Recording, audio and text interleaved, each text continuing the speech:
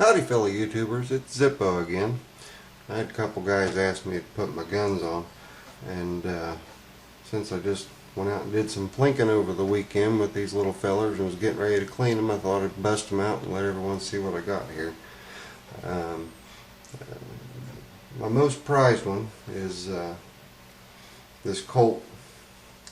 It's a single action Frontier Scout 22 long rifle that I found buried in the yard of my uncle's place after he passed, and it was one big solid chunk of metal when I got it, and after some diligent and long hours I was able to get her all cleaned up. The only thing I couldn't do was get the flute straightened out in the barrel, so I sent it out and had it refluted. Beyond that, as you can see, we've got some pitting damage on the trigger guard, pitting damage on the frame. We've got considerable amount of rust on the cylinder. Got most of it cleaned out, but it always leaves pits, so then I'm left with, even when I blew it, still got evidence of the damage that was done. But overall, after getting her cleaned up, she fires perfect, very accurate, keep a nice tight group. Overall, my favorite. It's one that I'll never get rid of. And I like to do a little bit of the gun slinging, and I was afraid to use the Frontier Scout, so I went and picked me up Heritage Manufacturing 22 long, 22 mag combo, and its quality's mediocre at best. It has decent fitment, but what amazed me was how accurate it was. It was dead on, and we ran about 50 rounds through it, and the accuracy stayed consistent all the way through. Being a newer gun, it's got the safety. Just flip this down to fire, show you red dot. It's a hammer block, so if you're firing with live rounds and the safety's on, just hits a hammer block, doesn't come in and hit the firing pin.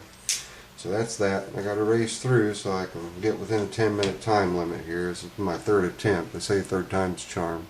We've already got 3.5 minutes up in it here. So this is the one you guys would have seen on my previous video. This is my 22 WMR 22 long rifle combo, oversized rosewood grips. I've been working on polishing it. It won't be too long and the entire gun will be polished.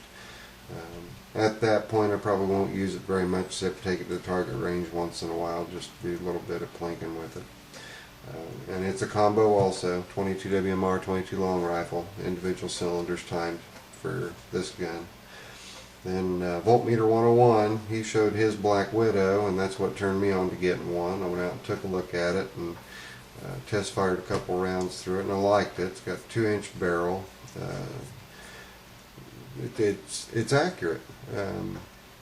Any kind of confrontation that you're going to have, you're going to almost be point blank, and any of these little North American Arms guns will do a great job of that. So, but anyway, there's Black Widow. I've got its little brother, the Pug. Took the slightly oversized rubber grips off. They just slide on. I didn't care for them.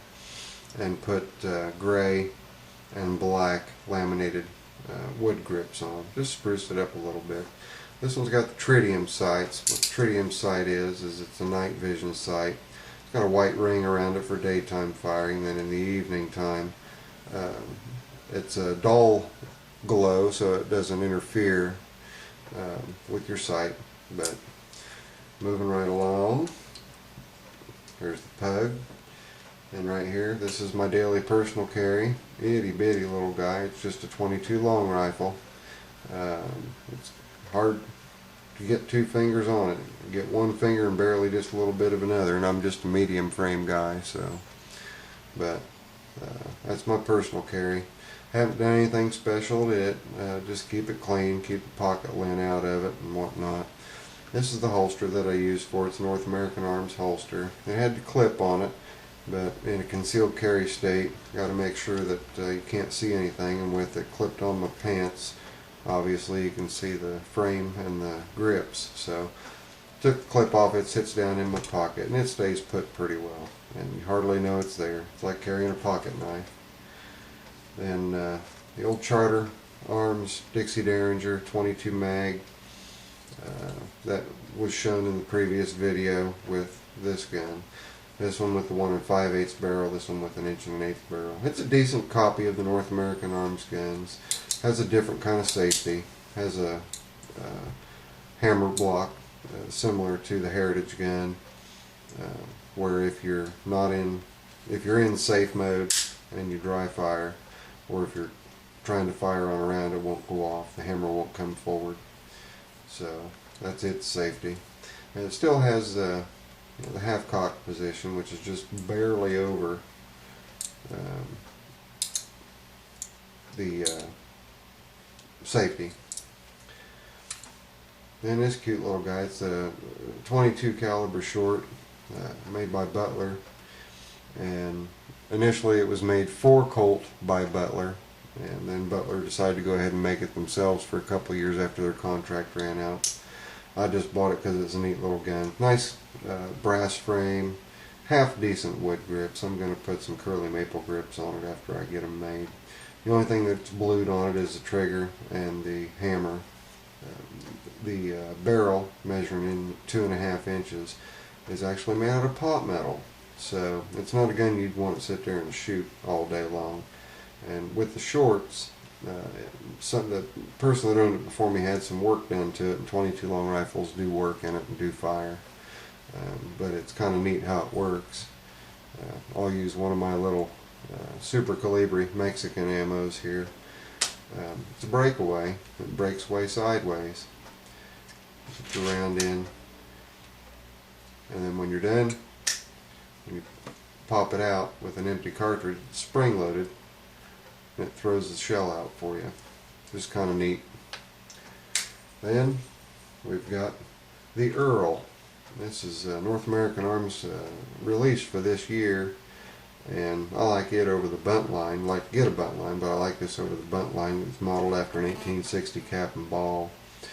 It's got even got the lever to pack the ball in, but it shoots rimfire ammunition. This is just for decoration, and also to hold your firing pin in, or your cylinder pin in.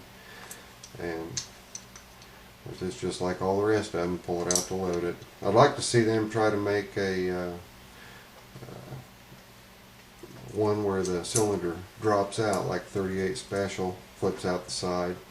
It'd be a little larger gun, but I think it'd be kind of neat to have a compact gun like that, that the cylinder just loads out, push the button to get all 5 rounds out, throw another 5 rounds in, get a quick load for it.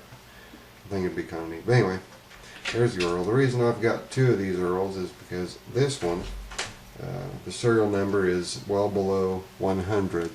And I talked to Jennifer at North American Arms, and the first 100 were all made as combos.